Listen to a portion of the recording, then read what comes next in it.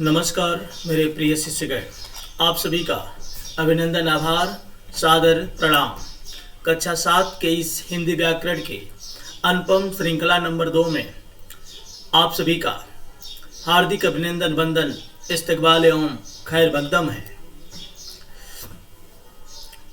मैं दिल की अतल गहराइयों से आप सभी का, आपके परिवार का अभिनंदन करता हूं और परम पिता परमेश्वर से प्रार्थना करता हूं कि आप जहां भी होंगे, जिस जहां में होंगे, जैसे भी होंगे, स्वस्थ होंगे और सुरक्षित होंगे। प्रिय शिष्यगण, आज का थाट है आपके नाम। एक शिष्य ज्ञान के महत्व को याद करते हुए और गुरु से फरियाद करते हुए कहता है, अर्थात एक शिष्य ज्ञान के महत्व को याद करते हुए और गुरु से फरियाद करते हुए कहता है, गुरु तेरे दर पर आने से पहले मैं कमज़ोर होता हूँ। गुरु तेरे दर आने से पहले मैं कमज़ोर होता हूँ, पर तेरे ज्ञान की दहलीज को छूते ही मैं कुछ और होता हूँ। आइए दोस्तों, इस ज्ञान की दहलीज में आप सभी का एक बार फिर से अभिनंदन है। इसके पहले मैं बताया था भाषा के जो रूप हैं, मौखिक, लिखित, सांकेतिक। आज हम जानेंगे भाषा के अन्य रूप के बारे में चर्चा करेंगे। आइए, भाषा के उपरोक्त 3 रूपों के अलावा कुछ अन्य रूप भी हैं। मतलब उपरोक्त 3 रूप थे, मौखिक, लिखित, सांकेतिक, लेकिन उसके अलावा भी भाषा के कुछ रूप हैं। ठीक है, सबसे पहला है राष्ट्रभाषा। राष्ट्रभाषा, प्रिय बच्चों, मैं पहले ही आपको बता चुका हूं कि जिसका जैसा काम होता है उसका वैसा ही नाम रखा जाता है, या कहें जिसका जैसा नाम होता है उसका वैसा ही काम होता है। तो राष्ट्रभाषा मतलब राष्ट्र की भाषा, पूरे देश की भाषा। ठीक है, आइए, देश के अधिकांश लोगों द्वारा बोली और समझी जाने वाली भाषा को राष्ट्रभाषा कहते हैं। मतलब कोई भी देश हो, उस देश की भाषा अनेक हो सकती है, लेकिन राष्ट्रभाषा वह हो सकती है जिस भाषा को उस देश के अधिक से अधिक लोग बोलते हों और समझते हों, उसी को हम राष्ट्रभाषा कहते हैं। अर्थात कह सकते हैं कि हिंदी हमारे देश की राष्ट्रभाषा है, क्योंकि यह हमारे देश के अधिकांश भागों में बोली जाती है, अर्थात अधिकांश लोगों द्वारा बोली और समझी जाती है। इसलिए हिंदी हमारी राष्ट्रभाषा है। आइए, मातृभाषा किसे कहते हैं? मातृभाषा, मातृ माने माँ, माँ की भाषा। अर्थात जो भाषा बालक अपनी माँ तथा परिवार के सदस्यों से सीखता है उसे मातृभाषा कहते हैं। अर्थात सीधे सीधे हम कह सकते हैं कि जिस परिवार में जो बच्चा जिस भाषा को सीख रहा हो, अर्थात उस बच्चे की माँ और उस परिवार के लोग जिस भाषा का इस्तेमाल करते हैं, उस बच्चे की वही मातृभाषा हो सकती है। अर्थात हम ये नहीं कह सकते कि पूरे राष्ट्र की मातृभाषा हिंदी है, नहीं। क्योंकि गुजरात में पैदा होने वाला बच्चा की माँ और बच्चे के परिवार गुजराती बोलेंगे, महाराष्ट्र में पैदा होने वाला बच्चे की माँ और उसके परिवार के लोग मराठी बोलेंगे, पंजाब में पंजाबी बोलेंगे। ठीक, उत्तर प्रदेश में पैदा होने वाला बच्चा हिंदी बोलेगा। इसलिए सबकी मातृभाषा अलग अलग हो सकती है। ठीक, आइए, राजभाषा, यानी कि जो राज्य की भाषा हो, राजभाषा जो राज्य की भाषा हो। मतलब 29 राज्य हैं, 7 केंद्र शासित, तो उन राज्य की भी अपनी अलग अलग भाषा है। जिस भाषा का प्रयोग सरकारी कामकाज में आधिकारिक रूप में होता है, आधिकारिक का मतलब अधिक से अधिक, यानी जिस भाषा का प्रयोग उस राज्य के सरकारी कामकाज में, सरकारी जो विभाग है उसमें काम करने में जिस भाषा का इस्तेमाल होता है उसी को हम राजभाषा कहेंगे। ठीक, आइए, भारत में हिंदी और अंग्रेजी दोनों भाषाओं में सरकारी काज किए जाते हैं। तो आप सभी जानते हैं कि देश आज़ाद होने से पहले अंग्रेजों का गुलाम था और अंग्रेजों के द्वारा अंग्रेजी भाषा का इस्तेमाल किया गया। आज़ादी मिलने के बाद भी अंग्रेजी का इस्तेमाल होता रहा। ये हुआ कि 15 साल बाद हिंदी भाषा का इस्तेमाल होगा, लेकिन ऐसा हुआ नहीं। अंग्रेजी भाषा आज भी हमारे सिर पर बैठकर डांस कर रही है और हम उसमें मगन होते जा रहे हैं। तो चलिए, 14 सितंबर 1949 को संविधान के अनुच्छेद 343 के अनुसार हिंदी को भारत की राजभाषा घोषित किया गया। अर्थात 14 सितंबर हिंदी दिवस मनाया जाता है। इसीलिए मनाया जाता है कि 14 सितंबर 1949 को 47 को आज़ादी मिली और 1949 को संविधान के अनुच्छेद 343 में हिंदी को भारत की राजभाषा घोषित किया गया कि भारत को राजभाषा अर्थात राज्य की भाषा हिंदी रहेगी। इसलिए प्रतिवर्ष इस दिन अर्थात 14 सितंबर को हिंदी दिवस के रूप में हम मनाते हैं। अर्थात हिंदी हमारी माँ है। हिंदी की माँ तो संस्कृत है। मानक भाषा, मानक भाषा का मतलब जो पूरी तरह से व्याकरण के अनुसार भाषा बोली जाती हो, उसी को हम मानक भाषा कहेंगे। भाषा में एक रूपता लाने के लिए, मतलब एक जैसा रूप प्रदान करने के लिए, मतलब हिंदी एक भाषा है, उसको एक रूपता लाने के लिए, एक नियम बनाने के लिए विद्वानों और शिक्षाविदों ने, विद्वानों मतलब जो विद्वान थे हिंदी के, जो शिक्षाविद, शिक्षा की जानकारी रखने वाले विद्वान थे, भाषा के जिस रूप को मान्यता दी उसे मानक भाषा कहते हैं। मतलब पूरे हिंदुस्तान में वही नियम चले, अलग अलग नियम न हो। अर्थात हिंदी का व्याकरण मुझे सीखना है तो हिंदी व्याकरण का एक नियम है, वह व्याकरण का नियम पूरे हिंदुस्तान में चलता है। इंग्लिश भाषा सीखना है तो इंग्लिश भाषा का एक नियम है जिसे ग्रामर कहते हैं, उस ग्रामर में वही नियम पढ़ा जाता है, उसी को मानक कहेंगे। चलिए, बोली, यह भाषा का क्षेत्रीय रूप है, अर्थात कुछ क्षेत्रों में बोली जाती है, जैसे गांव देहात में बोली जाएगी। कुछ स्पेशल क्षेत्र हैं, किसी क्षेत्रीय विशेष में बोली जाने वाली भाषा को बोली कहते हैं। लेकिन भाषा किसी क्षेत्र में नहीं बल्कि पूरे एक शहर में या कहें दिल्ली में बोली जाती है, पूरे उत्तर प्रदेश में भाषा हिंदी भाषा बोली जाती है। लेकिन बोली एक सीमित क्षेत्रों में बोली जाती है, लेकिन भाषा असीमित क्षेत्रों में। जैसे बोली में देखिए, भोजपुरी बोली, ब्रज भाषा, मारवाड़ी, राजस्थानी, ये जो है ये बोली है, क्योंकि ये कुछ क्षेत्रों में बोली जाती है।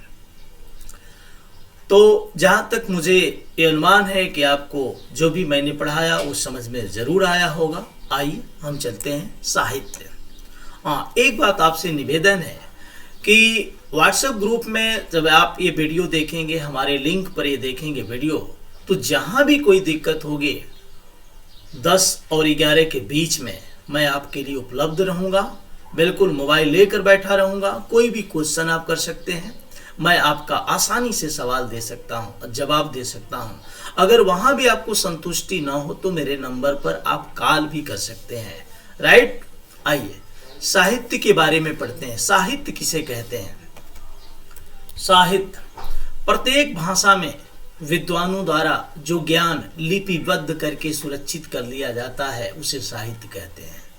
प्रत्येक भाषा में, चाहे हिंदी भाषा हो, इंग्लिश भाषा हो, उसमें जो विद्वान है, उसके विशेषज्ञ हैं, वो क्या करते हैं? लिपिबद्ध कर लेते हैं, मतलब उसको सुरक्षित कर लेते हैं। एक लिपि के माध्यम से उसे लिख लेते हैं और उसकी पूरी जानकारी करने के लिए उस साहित्य का अध्ययन करना पड़ता है, जिसे आप लिटरेचर भी कहते हैं। दूसरे शब्दों में जिस भाषा के ज्ञान के संचित कोश को साहित्य कहते हैं, अर्थात उस भाषा का संचित कोश होता है। कोश माने खजाना, संचित माने इकट्ठा करना, यानी पूरे ज्ञान को एक जगह इकट्ठा करने को ही हम क्या कहेंगे? साहित्य कहेंगे। साहित्य की रचना दो रूपों में की जाती है। पहला एक गद्य साहित्य होता है, एक पद्य साहित्य होता है। गद्य साहित्य को गद्य खंड भी कहते हैं, पद्य साहित्य को काव्य खंड भी कहा जाता है। गद्य साहित्य में बुक लिखी जाती है, गद्य साहित्य में कोई कहानी लिखी जाती है, कोई निबंध लिखा जाता है, लेकिन पद्य साहित्य वो कविता का एक रूप होता है। आइए अब हम आपको पढ़ाएंगे लिपि। लिपि किसे कहेंगे? लिपि के नाम से ही कुछ स्पष्ट होगा। लिपि का मतलब होता है लीपना। आप गांव देहातों में सुने होंगे, कच्ची मिट्टी के दीवालों को हम गोबर से या मिट्टी से लीपते हैं, ठीक है, यानी रंग पेंट करते हैं उस कच्ची मिट्टी को, ठीक है, लीपना। उसी तरह हिंदी भाषा में देवनागरी लिपि का इस्तेमाल किया जाता है। क को कैसे लीपना है उसमें बताया गया है कि ख को कैसे लीपेंगे अर्थात कैसे लिखेंगे, ग को कैसे लिपेंगे अर्थात कैसे लिखेंगे। सबका अलग अलग वर्ड है, अलग अलग लिखावट है, ठीक है, तो उसी को लीपना ही लिपि है। आइए इसको बुक के माध्यम से समझते हैं। प्रत्येक भाषा के लिखने का ढंग अलग अलग होता है। जैसे इंग्लिश में ए को हम दूसरे टाइप लिखेंगे, लेकिन क को ही हिंदी में अलग तरीके से लिखेंगे। प्रत्येक भाषा के कुछ निश्चित ध्वनि चिन्ह होते हैं। जैसे हिंदी में क हम बोल रहे हैं तो क एक ध्वनि निकल रही है, लेकिन उसको लिखने का ढंग अलग होगा। लेकिन इंग्लिश में हम बोले ए की ध्वनि अलग निकल रही है, ए को लिखने का तरीका अलग होगा। इन्हीं ध्वनि चिन्हों को ही उस भाषा की लिपि कहते हैं। अतः हम लिपि को निम्नलिखित रूप में परिभाषित कर सकते हैं। परिभाषा देखिए, लिखने के ढंग को लिपि कहते हैं, अर्थात लिखने का जो तरीका है, क को हम कैसे लिखें, क को लिखने का तरीका कुछ ऐसे है, ठीक है, लेकिन ए को लिखने का तरीका कुछ ऐसे है। ये लिखने का ढंग है, लिपने का ढंग है। तो हिंदी भाषा की लिपि क्या है? देवनागरी लिपि है। देवनागरी लिपि में क कैसे लिखा जाएगा, ख कैसे लिखा जाएगा। तो कुछ प्रमुख भाषाएं एवं उनकी लिपियां हैं, ठीक। जैसे हिंदी भाषा की लिपि देवनागरी है, गुजराती की देवनागरी है, अंग्रेजी की रोमन है, पंजाबी की गुरुमुखी लिपि है, बंगाली की बंगला है, संस्कृत की देवनागरी लिपि है, नेपाली की देवनागरी लिपि है, जर्मन की रोमन है, अर्थात अंग्रेजी और जर्मन दोनों की रोमन है, उर्दू की फारसी है, मराठी की देवनागरी है।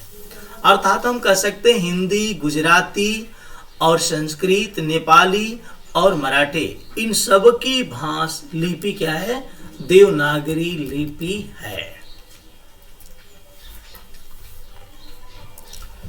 आइए व्याकरण। व्याकरण किसे कहते हैं इसके बारे में जान लेते हैं। भाषा के नियमों का ज्ञान हमें व्याकरण के माध्यम से होता है। अर्थात किसी भाषा को सीखना हो तो व्याकरण में जो नियम दिए गए हैं भाषा के, उसी के माध्यम से हम सीख सकते हैं भाषा को। व्याकरण के द्वारा हम भाषा को शुद्ध रूप से बोलना सीखते हैं और शुद्ध रूप से लिखना सीखते हैं, शुद्ध रूप से पढ़ना सीखते हैं।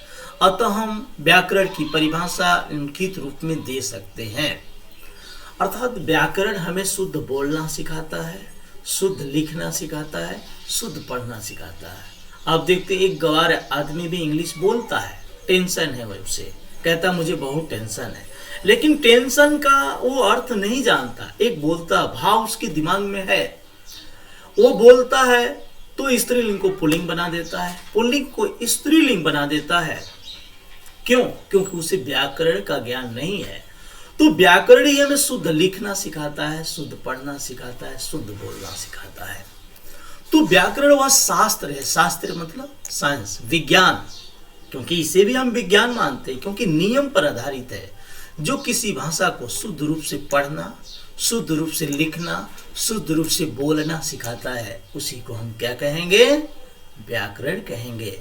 यदि आपसे कोई पूछे व्याकरण किसे कहेंगे, तो आप बताएंगे व्याकरण वह शास्त्र है, अर्थात वह विज्ञान है जो हमें शुद्ध बोलना, शुद्ध लिखना, शुद्ध पढ़ना सिखाता है। आइए व्याकरण के विभाग। व्याकरण के उनके 3 विभाग होते हैं, यानी 3 भाग होते हैं, अर्थात 3 अंग कह सकते हैं। अगर व्याकरण के पूरे बॉडी को जानना है, पूरे शरीर के स्ट्रक्चर को जानना है, तो उसके 3 अंगों को जानना जरूरी होता है। वर्ण विचार, शब्द विचार और वाक्य विचार। अर्थात हम लोग के शरीर को संचालित करने के लिए हाथ का होना जरूरी है, यह भी एक अंग है। पैर का होना जरूरी है, आंख का होना जरूरी है, नाक का होना जरूरी है, कान का होना जरूरी है। उसी तरह व्याकरण को सीखने के लिए व्याकरण के 3 अंगों को जानना जरूरी है। पहला, वर्ण विचार। इस विभाग के अंतर्गत वर्ण के बारे में हम जानेंगे, वर्णमाला के बारे में जानेंगे, वर्ण के भेद कितने होते हैं और उसका उच्चारण कैसे किया जाता है उसका अध्ययन करेंगे, जो एक चैप्टर के रूप में अगला चैप्टर होगा। और दूसरा है शब्द विचार। इस विभाग के अंतर्गत शब्दों की उत्पत्ति कैसे हुई, अर्थात वो पैदा कैसे हुए, उनकी रचना कैसे हुई, उनके प्रकार क्या है, उनका प्रयोग कैसे किया जाता है। और वाक्य विचार। इस विभाग के अंतर्गत वाक्यों की रचना, वाक्यों की बनावट कैसे होती है, वाक्यों का भेद कितने होते हैं, वाक्य विश्लेषण के बारे में जानेंगे और विराम चिन्हों का इस्तेमाल कैसे होता है उसके बारे में जानेंगे। अर्थात आप कह सकते हैं कि वर्ड से शब्द बनते हैं और शब्द से वाक्य बनते हैं। इन तीनों का विस्तार हम 3 चैप्टर में करेंगे। तो आज पहला चैप्टर जो है, जो आपकी भूमिका थी, ठीक है, जो आप पहले से जानते थे उसी के बारे में बताया गया है। सार संक्षेप में जो हमने सीखा उसके बारे में है। आइए, कल हम आपको क्वेश्चन दिए थे, पहला और दूसरा दिए थे। आज ग भी आपको करना है। लिपि किसे कहते हैं, व्याकरण किसे कहते हैं, व्याकरण के विभाग कौन कौन से होते हैं, ठीक है। और इसको आपको फिल करना है। उचित शब्द चुनकर रिक्त स्थानों की पूर्ति कीजिए। भाषा के द्वारा एवं भावों का आदान प्रदान होता है। भाषा के द्वारा, किस भाषा के द्वारा, भाषा के द्वारा विचारों एवं भावों का आदान प्रदान होता है। यहाँ विचार भरेंगे। ख, मौखिक भाषा का प्रयोग लोग भी करते हैं। कौन लोग? अनपढ़ लोग करते हैं। ग, समाचार पत्र पढ़ना भाषा का कौन सा रूप है? कौन सा रूप है? समाचार पत्र पढ़ना भाषा का कौन सा रूप है? लिखित है, क्योंकि वो लिखा गया है, उसे आप पढ़ रहे हैं। घ, हिंदी भाषा किस लिपि में लिखी जाती है? देवनागरी लिपि। अंग, व्याकरण के 3 विभाग होते हैं, ठीक है, उस पर। और क्वेश्चन नंबर 3 है, इसको सही और गलत का निशान आप लगाएंगे। अगर जहां नहीं समझ में आएगा वहां आप मुझसे पूछेंगे, राइट। एक बार आपसे निवेदन है कि इसमें जो क्लास हिंदी लिटरेचर है उसको मिस सुधा सिंह पढ़ा रही हैं, और मिस सुधा सिंह का चैनल है स्टडी 52 यूट्यूब पर सर्च करेंगे तो ये आएगा। वहाँ पर ये वीडियो के माध्यम से भी पढ़ा रही हैं, तो उसको आप सब्सक्राइब कर लेंगे। स्टडी 52 तो फिर जैसे ही वो वीडियो अपलोड करेंगे आपके मोबाइल पे चला जाएगा, या यूट्यूब पर जाकर भी आप उसे सर्च कर सकते हैं। और प्रिय विद्यार्थियों, आपसे निवेदन है कि आप अपने दोस्तों के बीच में इस वीडियो को आप शेयर करें, उनको बताएं कि श्रवण सर व्याकरण यूट्यूब के माध्यम से वीडियो बनाकर पढ़ा रहे हैं। आपके लिए कहीं न कहीं ये व्याकरण लाभान्वित होगा। और यूट्यूब पर जाकर इस वीडियो को अवश्य आप सब्सक्राइब करें, और सब्सक्राइब करने के साथ साथ उसके बगल में जो बेल आइकन है उस पर क्लिक करें, और बेल आइकन के अंतर्गत जो आल का ऑप्शन है उसको क्लिक कर दें। तो हिंदी व्याकरण की अनुपम श्रृंखला में अभी बहुत कुछ बाकी है। वक्त है आपसे विदा लेने का। जय हिंद, जय भारत।